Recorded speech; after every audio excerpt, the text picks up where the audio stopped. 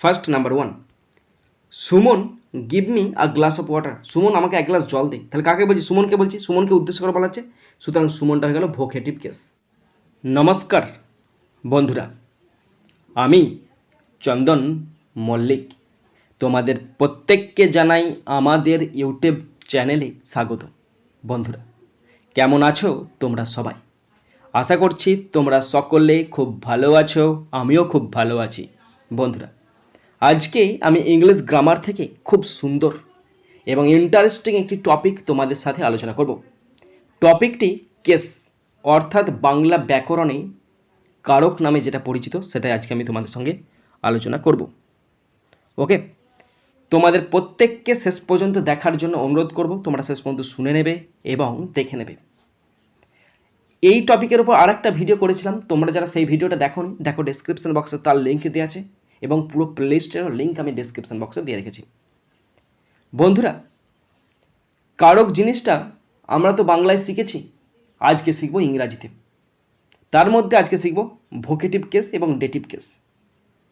কিছুই নয়, ভীষণ সহজ ব্যাপার। তোমরা অবশ্যই শেষ পর্যন্ত মন দিয়ে ভালো করে শুনবে আর দেখবে, তবেই কিন্তু তোমরা বুঝতে পারবে, জানতে পারবে, শিখতে পারবে। অবশ্যই খাতা পেন নিয়ে রেডি হয়ে যাবে। আমি যেমনভাবে নিয়মকানুন বলবো, যেমনভাবে প্র্যাকটিস করব, তোমরা অবশ্যই খাতায় তুলে রাখবে, পরে তোমরা পড়তে পারবে। আজকে ভোকেটিভ এবং ডেটিভ কেস কী জিনিসটা ভালো করে বোঝাবো, এক্সাম্পল দিয়ে বোঝাবো এবং শেষে তোমাদের জন্য হোমওয়ার্ক দিয়ে দেবো। অবশ্যই তোমরা করবে, তাহলেই তোমরা পারবে। এমন কিছু নয়, সবাই পারে, তোমরাও পারবে। সুতরাং চাপের কিছু নাই, অবশ্যই ভিডিওটা শেষ পর্যন্ত শোনো আর দেখো, এবং দেখার পর যদি শিখতে পারো, জানতে পারো, কাজে লাগে, অবশ্যই একটা লাইক করে জানাবে, কারণ তোমাদের একটি লাইক আমাকে প্রচুর মোটিভেট করে। পারলে সাবস্ক্রাইব করবে, সাবস্ক্রাইব করলে অবশ্যই বেল বাটনটা প্রেস করে দেবে, আর মনে করো অবশ্যই নিজের বন্ধু বান্ধবী, নিজের ভাই বোন, নিজের আত্মীয় পরিজনের মধ্যে শেয়ার করে দেবে, যাতে করে প্রত্যেকেই দেখার সুযোগ পায়।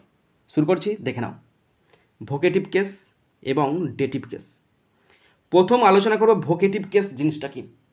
ভোকেটিভ কেসের আরেকটি নাম আছে, নামটি হলো নমিনেটিভ অফ অ্যাড্রেস, মানে বাংলায় যেটা সম্বোধন কারক নামে পরিচিত। এইটা কিছু ব্যাপার আছে, আমরা ছোটোবেলা থেকে শিখেছি সম্বোধন কারক জিনিসটাকে।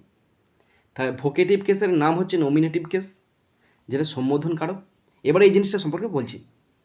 ভোকেটিভ কেস কোনো নাউনকে সম্বোধন করা বা ডেকে কিছু বলা। আমরা বলি তো, এই শোন শোন শোন শোন, এরাম শোন, এ খাবা শোন, এ বাবা শোন, এরম করে তো আমরা বলি।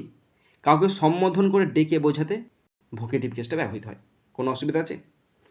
তারপর যে যাকে, কাকে বা কার উদ্দেশ্যে বলা হচ্ছে বা সম্বোধন করা হচ্ছে, সেটাই ভোকেটিভ কেস। যাকে সম্বোধন করা হয়, যার উদ্দেশ্যে বলা হয়, সেটাই তো ভোকেটিভ কেস। এক্সাম্পল আছে, mother give me some food to eat, মা আমাকে কিছু খেতে দাও। তাহলে মাকে সম্বোধন করে বলছি, তাই সেটা হচ্ছে ভোকেটিভ কেস। এবার দেখো, দেখবে কোনো একটা নাউনের পর কমা আছে, তার মানে তাকে সম্বোধন করা হচ্ছে, তখন সেই যে নাউনটার আগে কমা থাকবে, সেই নাউনটা হয়ে যাবে ভোকেটিভ। আর কিচ্ছু জানার দরকার নাই। ওকে বন্ধুরা, এরপরে এক্সাম্পল আলোচনা করছি, দেখে নাও। Underline the vocative cases in each sentences, প্রত্যেকটা সেন্টেন্সে ভোকেটিভ কেস আন্ডারলাইন করতে দিয়েছে। Okay, first number 1, Suman give me a glass of water, Suman আমাকে এক গ্লাস জল দে। তাহলে কাকে বলছি? সুমনকে বলছি, সুমনকে উদ্দেশ্য করে বলা হচ্ছে, সুতরাং সুমনটা হয়ে গেল ভোকেটিভ কেস। কিছু আছে আছে জলের মতো সোজা। Number 2, run Milkha run, Milkha ছোট, আরও ছোট। তাহলে কাকে বলছি? মিলখাকে বলছি, তাহলে মিলখা হয়ে গেল vocative case. Number 3, poor boy why are you crying, বেচারা ছেলে কেন কাঁদছো, এই পুয়ার বয়টা হয়ে গেল vocative case. Number 4, follow me boys, ছেলেরা আমাকে অনুসরণ করো, তাহলে ছেলেরা করছে, ছেলেরা হয়ে গেল ভোকেটিভ কেস, মানে নাউন অথবা প্রোনাউন হবে। Okay, number 5, what is the matter brother, ভাই কি ব্যাপার, ভাইটা হয়ে গেল ভোকেটিভ কেস। এরপরে তোমাদের হোমওয়ার্ক দিচ্ছি, ভালো করে শোনো তোমরা। 6, স্টুডেন্টস বি অ্যাটেন্টিভ, ছাত্রছাত্রীরা মনোযোগী হও। ওকে, এটা করবে, তোমাদের এখান থেকে হোমওয়ার্ক দিচ্ছি আমি, 4-5টা দেবো। নাম্বার 7, গড সেভ আস, ভগবান আমাদের রক্ষা করো। এটাও তোমরা বলবে কোনটা ভোকেটিভ কেস আছে, কিছুই নেয়, জলের মতো সোজা, একবার দেখলেই হয়ে যাবে। Number 8, are you cooking mother, মা তুমি কি রান্না করছো, বলবে কোনটা। Number 9, tell me a story grandma, ঠাকুমা আমাকে একটা গল্প বলো না, বলবে তোমরা কোনটা। নাম্বার 19 কি হয়েছিল, নাম্বার 10, এটা নাম্বার 10 হবে। Son you must try again and again. বাছা, তোকে কিন্তু বারবার চেষ্টা করতে হবে। তোমরা অবশ্যই বলবে কোনটা ভোকেটিভ কেস। ওকে বন্ধুরা, এরপরে আলোচনা করব ডেটিভ কেস, মানে সম্প্রদান কারক। আগেরটা ছিল সম্বোধন কারক, এটা হচ্ছে সম্প্রদান কারক। এই জিনিসটা কি? ভার্বের ইনডাইরেক্ট অবজেক্ট। দেখো কোনো সেন্টেন্সে ভার্ব থাকে, ভার্বের পরেই দুটো অবজেক্ট থাকে, একটা ডাইরেক্ট অবজেক্ট, একটা ইনডাইরেক্ট অবজেক্ট। ডাইরেক্ট অবজেক্ট কি দিয়ে প্রশ্ন করলে যে উত্তর পায় সেটা হচ্ছে ডাইরেক্ট অবজেক্ট, কাকে দিয়ে প্রশ্ন করলে যে উত্তর পাওয়া যায় সেটা হচ্ছে ইনডাইরেক্ট অবজেক্ট। তাই ভার্বের ইনডাইরেক্ট অবজেক্ট মানে হচ্ছে ডেটিভ কেস। আর বলা আছে ভার্বের কাছে কাকে দিয়ে প্রশ্ন করলে যে উত্তর পাবে, সেটাই তো আমি তোমাদের বললাম। ভার্বকে যদি কাকে দিয়ে প্রশ্ন করো যে উত্তর পাবে সেটা হচ্ছে তোমার ইনডাইরেক্ট অবজেক্ট, এবং ইনডাইরেক্ট অবজেক্ট মানে হচ্ছে ডেটিভ কেস। যেমন example, I told him the incident, আমি তাই ঘটনাটা বলেছিলাম। আমি কাকে বলেছিলাম? তাকে বলেছিলাম, তাকে মানে হিম, হিম হয়ে গেল ডেটিভ কেস। এবার এক্সাম্পল শুরু করছি, দেখে নাও। Number 1, Sarika gave her sister a teddy bear. Sarika তার বোনকে একটি টেডি বিয়ার দিয়েছিল। তাহলে সারিকা কাকে দিয়েছিল? তার বোনকে দিয়েছিল। তাহলে হার সিস্টার হয়ে গেল dative case. Okay next number 2, you make me happy, তুমি আমাকে খুশি করছো। তুমি কাকে করছো? তুমি আমাকে করছো, আমাকে হয়ে গেল dative case. Number 3, please lend me some money, দয়া করে আমাকে কিছু টাকা দাও। আমাকে, আমাকে মানে কি? মি মানে আমাকে, তাহলে আমাকে হয়ে গেল dative case. Number 4, tell her a story, তাকে একটা গল্প বলো। কাকে বলো? তাকে বলো। তাহলে হার মানে কি? তাকে, তাকে হয়ে গেল ডেটিভ কেস, এটা ইনডাইরেক্ট অবজেক্ট।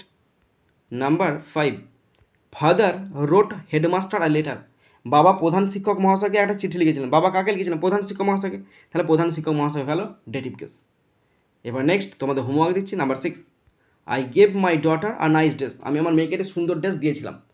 ওকে, এটা তোমরা করবে, কিছুই নাই, জলের মতো সোজা।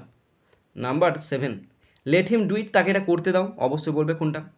Number 8, he gave them food, সে তাদেরকে খাবার দিয়েছিল। তাহলে অবশ্যই বলবে কোনটা dative case. Number 9, Mrs Sengupta taught us history, এখানে আমি বলে দিলাম আসটা হচ্ছে dative case. Okay number 10, Rini told her the entire story, Rini তাদের পুরো ঘটনাটা খুলে বললো। অবশ্যই বলবে কোনটা ডেটিভ কেস।